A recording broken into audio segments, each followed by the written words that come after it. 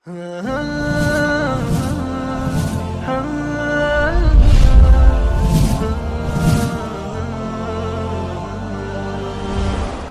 اللہ الرحمن الرحیم نحمدہ ونصلی علی رسولہ الکریم اما بعد۔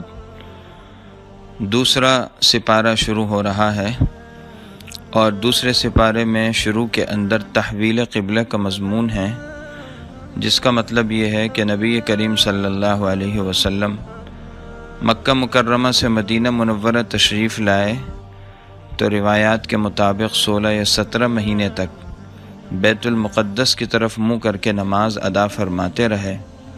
خواہش نبی کریم صلی اللہ علیہ وسلم کی یہ تھی کہ حضرت ابراہیم اور حضرت اسماعیل علیہ السلام جو آپ کے جد امجد ہیں، ان کے جو بنائے ہوئے کعبہ ہے یعنی بیت اللہ، اس کی طرف منہ کر کے نمازیں ادا کریں، اور بیت اللہ افضل بھی ہے، اعلیٰ اشرف بھی ہے بیت المقدس سے۔ اللہ تعالیٰ نے حکم نازل فرما دیا، فَوَلِّ وَجْهَكَ شَطْرَ الْمَسْجِدِ الْحَرَامِ، اپنا رخ مسجد حرام بیت اللہ کی طرف پھیر دیجئے۔ اس پر مشرکین یہودیوں نے اعتراضات کیے کہ یہ کیسے اللہ کے پیغمبر ہیں، کبھی بیت المقدس قبلہ بناتے ہیں، کبھی بیت اللہ کو۔ اللہ تعالیٰ نے جواب دیا، کہہ دیجئے قُلْ لِلَّهِ الْمَشْرِقُ وَالْمَغْرِبُ، مشرق و مغرب سب اللہ ہی کے، اللہ کو اختیار ہے، جس طرف چاہے قبلہ رخ ہونے کا حکم دے دیں، یہ اللہ کی مرضی ہے۔ آگے اللہ تعالیٰ نے بعثت نبوی کے مقاصد بیان فرمائے۔ اللہ نے اپنے پیارے نبی کو کیوں بھیجا؟ فرماتے ہیں نبی کو ہم نے 4 کاموں کے لیے بھیجا۔ یتلو علیکم آیاتنا، قرآن کے آیات پڑھ کر سنائیں۔ معلوم ہوا کہ صرف قرآن پڑھنا بغیر سوچے سمجھے یہ بھی فائدے سے خالی نہیں۔ یہ جو کہا جاتا ہے کہ طوطے کی طرح رٹنے سے کیا فائدہ ہوگا، یہ بہت بڑی ناواقفی اور گمراہی ہے۔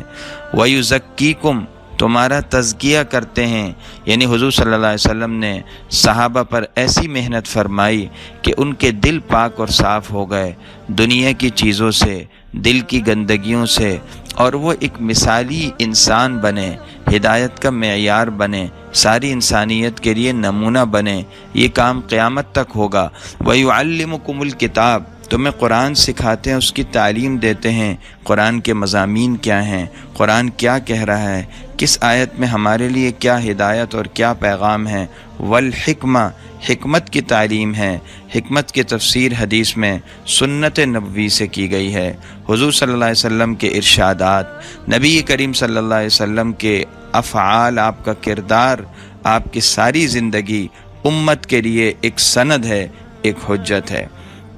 اللہ تعالیٰ نے اس کے بعد اپنی یاد کا حکم دیا، اور ذکر کا حکم کس طرح دیتے ہیں؟ فَاذْكُرُونِي أَذْكُرْكُمْ، تم مجھے یاد کرو گے، میں تمہیں یاد کروں گا۔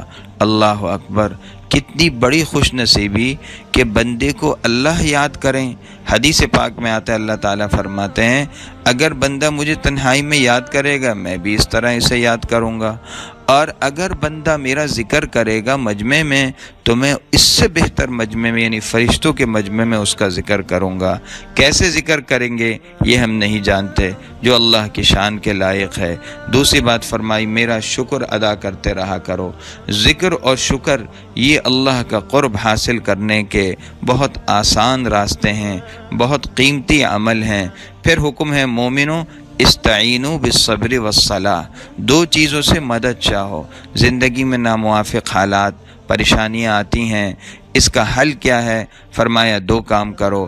ایک صبر اختیار کرو، یعنی اس کو برداشت کرو، اللہ کے فیصلے پر راضی رہو، زبان سے اول فول اور نامناسب بات نہ نکالو، اور نماز کی طرف متوجہ ہو۔ حدیث پاک میں آتا ہے کہ نبی کریم صلی اللہ تعالی علیہ وسلم پر جب کوئی پریشانی یا کوئی سخت بات آتی تو آپ فوراً نماز کی طرف متوجہ ہوتے۔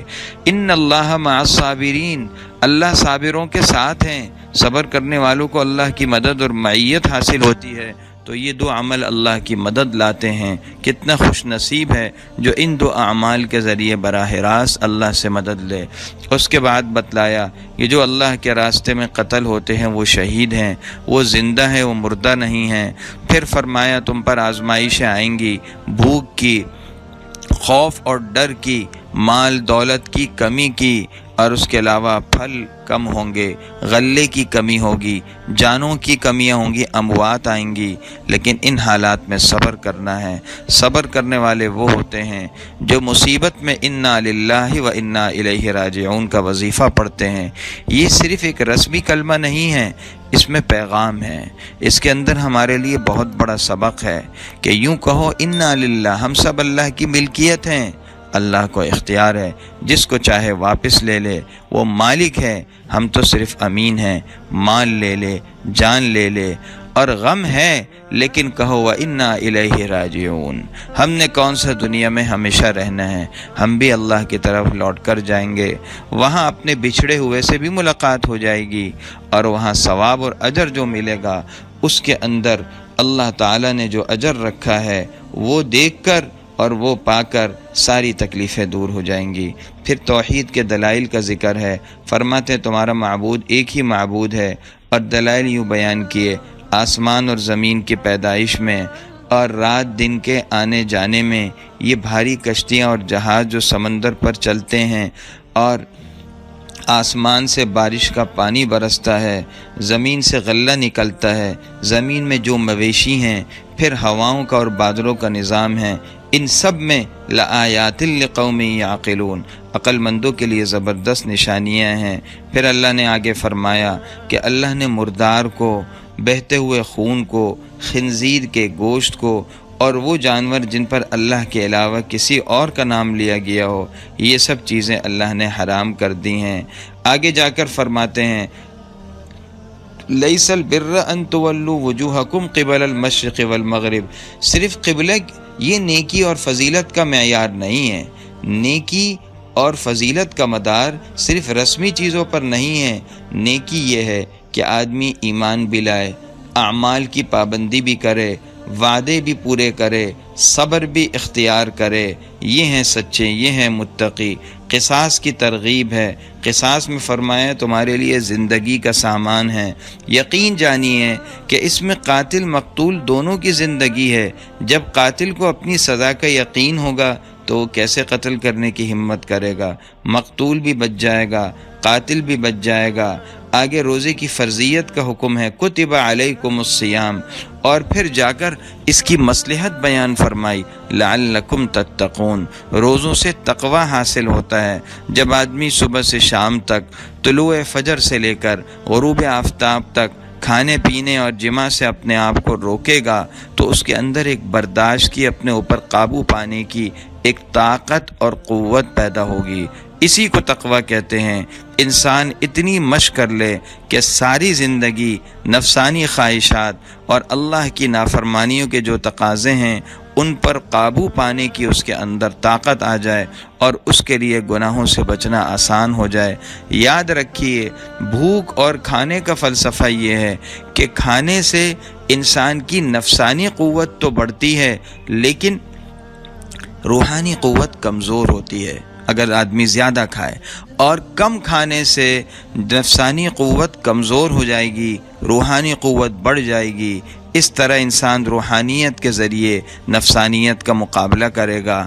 پھر ماہ رمضان کا تعارف کرایا کہ رمضان کا مہینہ کون سا ہے، شہر رمضان الذی انزل فیہ القرآن، ارے یہ وہ مہینہ ہے جس میں ہم نے قرآن اتارا۔ پتہ یہ چلا کہ اس مہینے کا، ماہ مبارک کا، قرآن سے خاص تعلق ہے۔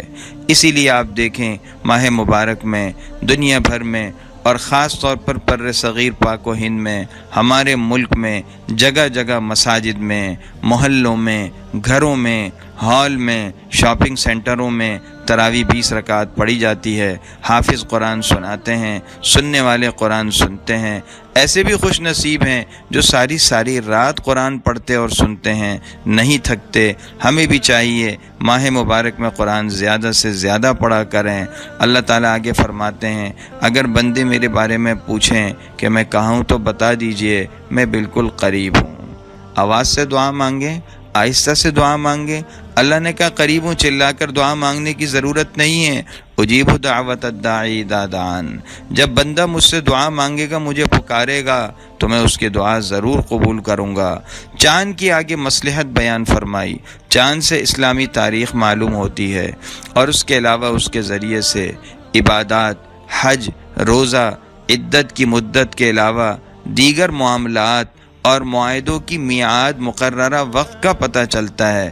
پھر جہاد کا حکم دیا، وقاتلوا فی سبیل اللہ، جو تم سے لڑ رہے ہیں اللہ کے راستے میں، اللہ کے لیے ان سے لڑو۔ وہ مال، دنیا اور حکومت کی خاطر لڑتے ہیں، تمہارا لڑنا اللہ کے لیے ہونا چاہیے۔ حج کا آگے ذکر فرمایا، اشہر معلومات، حج کے مہینے مقرر ہیں، ان مہینوں میں اور حج کے یہ جو چند خاص دن ہیں، شوال، ذی القعدہ، ذو الحجہ، یہ اشہر حج ہیں، اور ان کے اندر یہ جو چند دن ہیں حج کے 5، یہ 8، 9، 10، 11، 12 ذو الحجہ، یہ 5 دن ہیں۔ ان 5 دنوں کے اندر حج کیا جاتا ہے۔ 7 عبادتیں حج میں ہوتی ہیں، 7 عبادتیں حج کے اندر ہوتی ہیں، اور 5 مقامات ہیں حج کے، بیت اللہ، صفا، مروہ، منی، مزدلفہ، عرفات۔ صفا، مروہ، بیت اللہ، منی، مزدلفہ اور عرفات۔ اور 7 عبادتیں کون سی ہیں؟ احرام، طواف، سعی، وقوف عرفہ، رمی، قربانی اور حلق یا قصر، یعنی بال کٹانا یا بال مونڈ دینا۔ پھر مرتد کی سزا بیان کی، جو مرتد ہو گیا، دین سے پھر گیا، تو وہ دنیا میں بھی اس کے اعمال برباد ہوئے، آخرت میں بھی اعمال برباد ہوئے۔ خرچ کرنے سے متعلق یہ بتایا کہ دیکھو جو ضرورت سے زائد ہو وہ خرچ کرو۔ انسان کو چاہیے کہ اپنے حالات دیکھے اور جو سہولت سے خرچ کر سکتا ہے وہ کرے۔ ہمیں ماہ مبارک میں بھی خرچ کی عادت ڈالنی چاہیے، چاہے تھوڑا ہی کیوں نہ ہو۔ اللہ کے یہاں مقدار نہیں دیکھی جاتی، اخلاص اور دل کے جذبات دیکھے جاتے ہیں۔ حالت حیض میں جب بیوی کو ماہواری کا خون آتا ہے، اس وقت میں اس کے قریب جانے کی اجازت نہیں ہے، قرآن نے اس سے منع کیا ہے۔ جس طرح حیض اور نفاس میں شوہر بیوی سے مل نہیں سکتا، اس سے ہم بستری نہیں کر سکتا، اسی طرح قرآن نے بتایا کہ شوہر بیوی سے پچھلی جانب سے صحبت نہیں کر سکتا۔ پچھلی جانب سے آگے تو صحبت کرے، لیکن پیچھے کی جانب میں صحبت کرنا یہ حرام ہے، یہ گناہ ہے، اس کی شریعت میں اجازت نہیں ہے۔ ایلا کا حکم بیان کیا، اگر شوہر یہ کہہ دے کہ میں 4 مہینے جو ہیں 10 دن 4 مہینے بیوی کے قریب نہیں جاؤں گا اور قسم کھا لے، تو قرآن کہتا ہے یہ ایلا ہے۔ پھر 4 مہینے کے اندر اگر شوہر نے رجوع کر لیا تو ٹھیک ہے، ورنہ خود بخود طلاق ہو جائے گی۔ طلاق کے احکام آگے بیان کیے۔ اس سے پہلے بتایا کہ جس عورت کو طلاق ہو اس کی عدت کیا ہے؟ 3 قروء، 3 ماہواریاں اس کی عدت ہے۔ جس عورت کو ماہواری نہ آتی ہو، یعنی خون نہ آتا ہو، اس کی عدت یا تو مہینے ہوں گے یا وضع حمل، اگر وہ حاملہ ہے، اس کو حمل ٹھہرا ہوا ہے، تو جب تک بچہ نہ ہو اس وقت تک اس کا نکاح نہیں ہو سکتا، اور اگر اسے حمل بھی نہیں ہے، حیض بھی نہیں آتا، تو پھر 3 مہینے اس نے عدت گزارنی ہوگی۔ رضاعت کا بیان ہے، مائیں اپنے بچوں کو 2 سال تک دودھ پلا سکتی ہیں، ہاں اس سے پہلے یہ بعد میں آپس کے مشورے سے دودھ چھوڑا جائے گا بچے کا۔ البتہ یہ بات یاد، آپس کا مطلب ہے کہ میاں اور بیوی یعنی والدین کے مشورے سے۔ بہرحال شریعت کا یہ ایک اہم حکم ہے۔ جس طرح حقیقی نسب سے رشتے حرام ہوتے ہیں، اسی طرح دودھ پینے کی وجہ سے بھی رشتے حرام ہوتے ہیں۔ کسی اجنبی عورت کا کوئی بچہ مدت رضاعت کے اندر 2 سال کے اندر دودھ پی لے تو وہ بچہ اس کا رضاعی بیٹا اور وہ عورت اس کی رضاعی ماں بن جاتی ہے۔ عدت کا مسئلہ آگے بیان کیا کہ جس عورت کو طلاق ہو جائے اور اس کا شوہر فوت ہو جائے تو اس کی عدت کتنی ہے؟ 4 مہینے 10 دن ہیں۔ عدت کے زمانے میں عورت کو چاہیے کہ واضح طور پر نہ اس کو کوئی پیغام دیا جائے اور نہ عورت کسی سے نکاح کا وعدہ کرے، اشارتاً کنایتاً نکاح کا پیغام ہو تو یہ ایک الگ بات ہے۔ قرآن کریم نے اخیر میں خرچ کرنے کی ترغیب دی، من ذا الذی یقرض اللہ قرضا حسنا، کون ہے جو اللہ کو قرض حسنہ دے؟ اللہ خوب بڑھا کر دیں گے۔ اور اس کے بعد اخیر میں حضرت طالوت علیہ السلام کا واقعہ بیان کیا۔ بنی اسرائیل کے ایک نبی کے زمانے کا واقعہ ہے، جب بنی اسرائیل کی یہ خواہش ہوئی کہ ہم دشمن سے بدلہ لیں اور ہم جو ہے کامیابی حاصل کریں، اپنی قبضہ شدہ جگہوں کو بھی واپس لیں۔ اللہ نے طالوت کو مقرر کیا، ان کا امیر مقرر کیا۔ انہوں نے کہا ان کے پاس مال نہیں ہے، ان کی اچھی حیثیت نہیں ہے۔ کہا نبی نے کہا نہیں، اللہ نے ان کو تمہارا امیر بنایا، بسطۃ فی العلم والجسم، یہ جسمانی اعتبار سے بھی مضبوط صحت مند ہیں، اللہ نے ان کو علم بھی خوب دیا ہے۔ چنانچہ حضرت طالوت کی امارت میں لشکر دشمن کی طرف روانہ ہوا، طاقت بھی کم تھی، فوج بھی کم تھی، اللہ نے فتح دے دی۔ قرآن نے ایک قاعدہ بیان کر دیا، کم من فئۃ قلیلہ غلبت فئۃ کثیرۃ باذن اللہ، کتنی جماعتیں جو طاقت میں تعداد میں کمزور ہیں لیکن فرما برداری اطاعت کی وجہ سے اللہ کی مدد آتی ہے، وہ غالب آتے ہیں۔ اصول پتہ چل گیا، مسلمان جب بھی کامیاب ہوتے ہیں مادیت اور دنیاوی طاقت اور قوت کی وجہ سے نہیں، اللہ پر ایمان رکھنے، بھروسہ رکھنے اور نیک اعمال کی بنا پر غالب آتے ہیں۔ اللہ ہم سب کو توفیق عمل عطا فرمائے۔